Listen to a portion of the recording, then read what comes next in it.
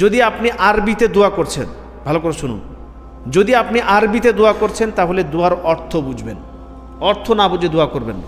আপনি উদাহরণস্বরূপ দোয়াতে কোনো একটা জিনিস চাইলেন, চেয়ে চললেন, আর আল্লাহ সুবহানাহু ওয়া তাআলাকে বলে, আল্লাহ তাআলা যদি আপনাকে বলে কি চেয়েছিলে,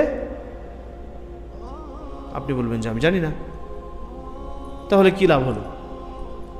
ওই জন্য দোয়া যদি আরবিতে করেন তাহলে তার অর্থ বুঝতে হবে। দোয়া যদি আরবিতে করেন তাহলে তার অর্থ বুঝতে হবে।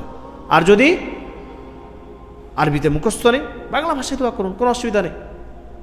শুধুমাত্র ফরজ নামাজে আরবিতে শর্ত, বাকি 24 ঘন্টার ভিতরে যে কোনো সময়, নফল নামাজে হোক, সুন্নত নামাজে হোক বা অন্য কোনো সময় হোক, বাংলা ভাষাতে দোয়া করুন যদি আরবি মুখস্থ না থাকে বা আরবি আপনার বুঝে না আসে। বাংলা ভাষাতেই দোয়া করুন, কোনো অসুবিধা নেই। শুধুমাত্র ফরজ নামাজের ক্ষেত্রে বিধান যে আপনি আরবিতে দোয়া করবেন।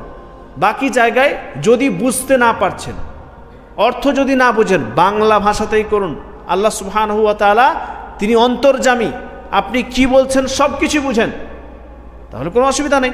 ফলে আপনি আপনার নিজের মাতৃভাষা দিয়ে দোয়া করুন।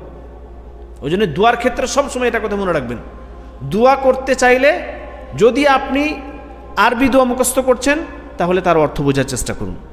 যদি আরবি দোয়া মুখস্থ করছেন একদম হুবাহু, কমসে কম দোয়াতে কি বলছেন হুবাহু, যদিও তার অনুবাদ মুখস্থ না করেন তাও চলবে, কিন্তু তার অর্থ মানে সেই দোয়াতে কি বললেন সেটা বুঝে আসতে হবে।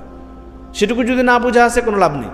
উদাহরণস্বরূপ আপনি পড়ছেন আল্লাহুম্মা ইন্নী আউযু বিকা মিন আযাবি জাহান্নাম, আল্লাহুম্মা ইন্নী আউযু বিকা মিন আযাবি জাহান্নাম, আপনি পড়লেন 3 বার 4 বার 5 বার 10 বার পড়লেন।